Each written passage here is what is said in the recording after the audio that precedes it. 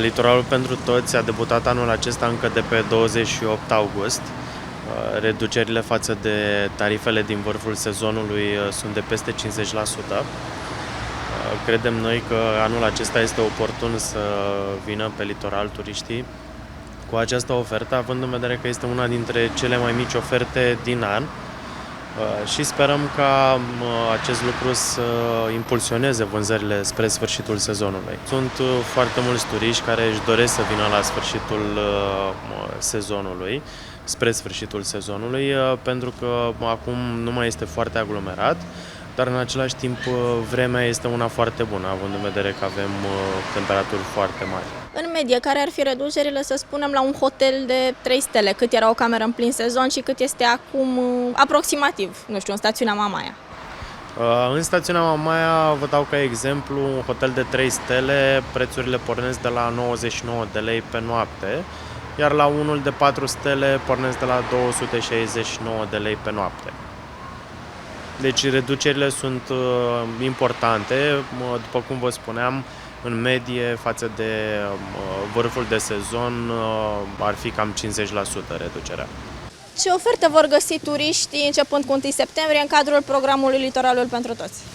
Noi am aplicat deja un prim pas în direcția asta, în sensul că din data de 22 august am redus deja tarifele cu 20%. Implicit, de la 1 septembrie, tarifele vor mai scădea cu încă 25%, iar din 9 septembrie cu încă 20%. Cu alte cuvinte, în luna septembrie vom opera cu prețuri la mai puțin de jumătate din cât aveam în sezonul estival. În ceea ce privește programul Litoralul pentru toți, noi am pregătit 2 oferte pe care le aplicăm simultan, adică oferim o noapte gratuită de cazare pentru un sejur de 4 nopți, și mai mult decât atât, pe lângă reducerile existente, mai aplicăm o reducere suplimentară de încă 15%. Trebuie să recunoaștem faptul că acest program are succes. Din păcate, decizia nefericită de a începe școala mai devreme ne afectează și ne afectează pe toți. E adevărat și că durata sejurului a scăzut. Practic, acum, pentru luna septembrie, sunt mai degrabă vizate weekendurile, însă facem tot ce putem în așa fel încât turiștii să vină la mare și să se bucure de vremea excepțională care este acum.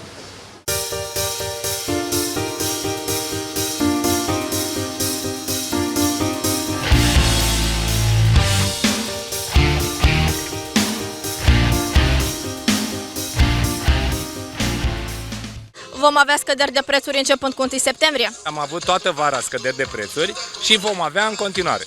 Cât va fi o cameră la hotel începând cu 1 septembrie? Pentru hotel avem undeva la 200 de lei, 2 șezlonguri incluse în acest preț, plus parcarea gratuită. Sunt oamenii dorniți să vină la mare în prima lună de toamnă? Eu, dacă eram turist, toamna veneam la plajă. E cea mai frumoasă perioadă a sezonului. Vi se par scumpe prețurile în stațiune? Depinde unde te duci. Dar de la 1 septembrie credeți că vor mai scădea? Ce părere aveți? E sărăcie peste tot și cred că bine ar fi să mai scadă. Acum, de exemplu, credeți că și-ar permite oricine să vină la mare? Cu siguranță, dacă au timp și dacă au strâns ceva în timpul anului. Chiar dacă se ieftinesc, îți trebuie un ban.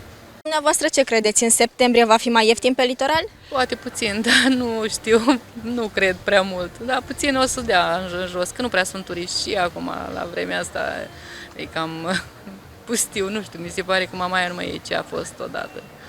Dumneavoastră de ce ați ales sfârșitul lui august să veniți la mare? Tot din că am zis că în sezon e prea cald pentru noi, că avem o vârstă și tot din cauza prețurilor, că e puțin mai ieftin.